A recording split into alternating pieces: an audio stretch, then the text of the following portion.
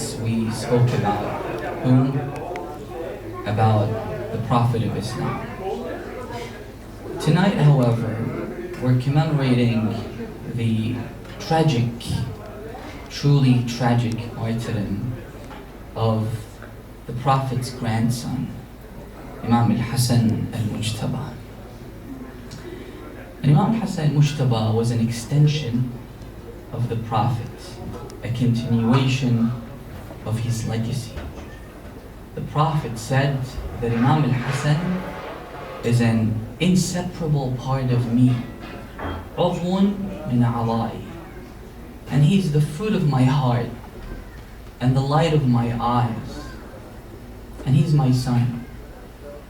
This is why Imam al-Hasan al-Mujtaba, after the death of his father, Imam Amir al-Mu'mineen, was killed. He went on the pulpit and he gave a sermon.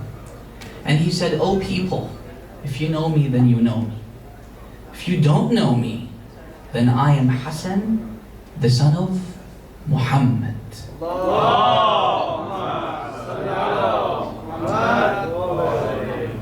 And the son of Ali. Allow me tonight to very briefly give a talk about this man and give you some interesting facts about Imam al-Hasan. Imam al-Hasan was the first, and he was the second, and he was the third, and he was the fourth. He was the first grandson of the Prophet, the first grandson of the Prophet. And during the Prophet's time, him and his brother used to call Rasulullah Ya Abba, "O Dad." But after the Prophet's demise, they started calling their father Amir al-Mu'mineen, their biological father, Ya Abba. So he was the first grandson and the first son of Rasulullah. Because as you all know, our Prophet, his sons all died when they were young. The only child of the Prophet that survived him was Fatima al-Zahra alayha salam. And the people that accuse the religion of Islam being a misogynistic religion are wrong about it. Because we believe one of the most important figures in religion is a lady, and her name is Fatima al-Zahra. She was the lineage of our Prophet. And she became the womb that gave birth to the children of Rasulullah. So he was the first grandchild of Rasulullah. Are you with me? Are you listening to me? And he was also the second. The second what? He was the second Imam. He was the second successor of our Prophet. He succeeded his father, Imam Ali. Imam Ali succeeded Rasulullah. So he was the second Imam. And he was also the third. The third what? The third deputy of God the Almighty. The first deputy was the Prophet himself. He was Khalifatullah. The second was Imam Ali, and the third was Imam al-Hasan. And he was also the fourth. The fourth what? He was the fourth member of the holy household, the Ahlul Bayt alayhim salam. So he was the first and the second and the third and the fourth. And let me tell you something interesting about his life. Their house was adjacent to the mosque of the Prophet. This is why they spent most of their time inside the mosque of the Prophet. They attended every program. They attended the prayers of the Prophet, even though they were small kids. Sometimes the Prophet, he would lead the congregational prayer. They go inside the mosque and climb on the back of the Prophet while the Prophet is doing sujood. The Muslims didn't know this was happening, so the Prophet prolonged his sujood, delayed his sujood. And then he got up and he finished his prayer. When he finished his prayer, the companions of the Prophet came up to him and said, "Ya Rasulullah, what happened to you? This time your sujood was long. Was Jibreel revealing to you?" He said, "No, my son Hassan climbed on my back and I didn't want to bother him. I wanted him to come down from my back, to show the Muslims how much the Prophet loved them, loved his grandchildren.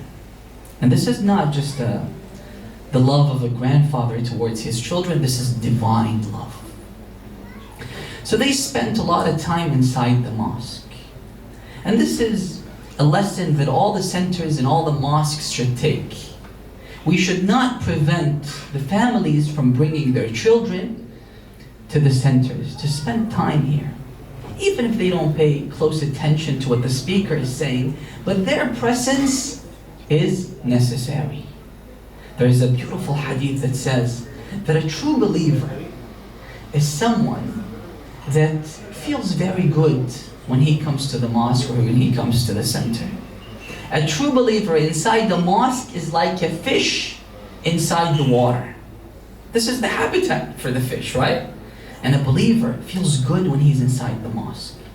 While a hypocrite, someone who doesn't really believe in God, is a person, when such a person comes to the mosque, he or she doesn't feel good about the mosque.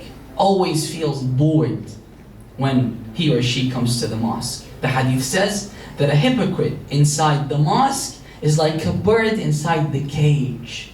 They always want to go back home and spend time on their iPads and their iPhones and what have you.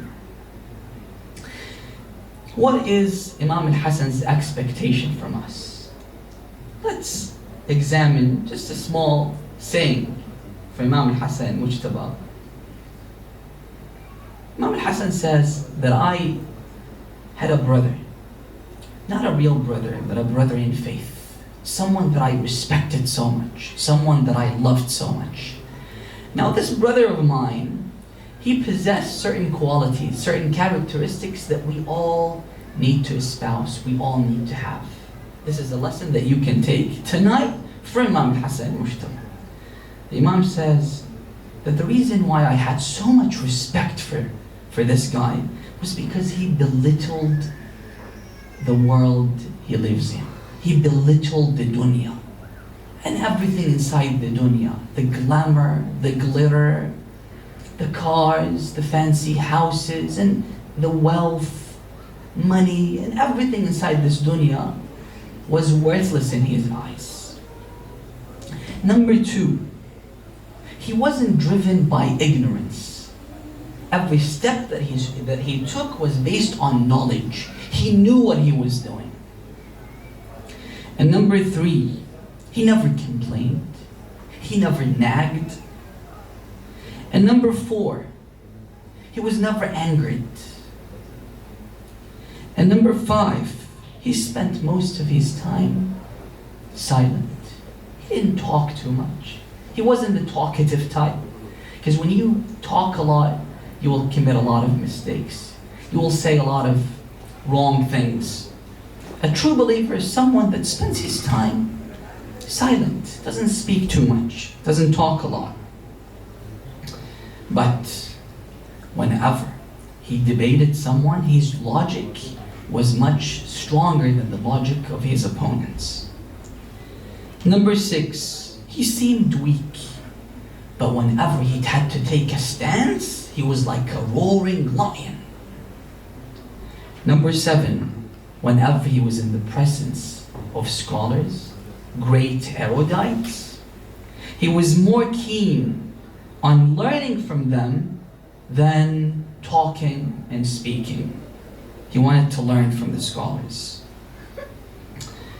And number eight, whenever he was presented with two things, he would choose the one that goes against his desire. For example, your mother comes to you and says to you that, do you want to go to the mosque tonight? Do you want to go to the center tonight? You think about it for a moment and say, okay, so if I stay at home, I can watch YouTube, I can watch TV. I feel like staying at home. While if I go to the mosque, I might end up sitting there listening to a boring lecture. So I don't like to go to the mosque. But since this goes against your desire, this is in your best interest. This is a gauge that we can use to know whether something is good or bad. For example, you go to a candy store. You have the desire to buy candy, right? But because you have the desire, that means it's not good for you. That means it's not good for you. If something goes against your desire, that means it's good for you. So Imam al-Hasan is saying that this brother of mine, whenever he was presented with two options, he would choose the one that goes against his desire, because this is a benchmark that we need to use to know what is good for us and what is bad for us. Anything that you feel like doing is not good for you, and anything that you feel like not doing is good for you. So we ask God to illuminate our hearts and to grant us the visitation of Imam al-Hasan al-Mujtaba in this life, to visit his grave. You know, he's buried in Baqi'. His grave is demolished. People can't go to his gravesite. I've been there now, and in the evening no one can go close to his grave. It's so sad. He is the son of Rasulullah. But inshallah, when the opportunity arises, may God give you the tawfiq, the divine backing to visit his gravesite soon and grant you his intercession on the day of judgment. ببركة الصلاة على محمد وآل محمد.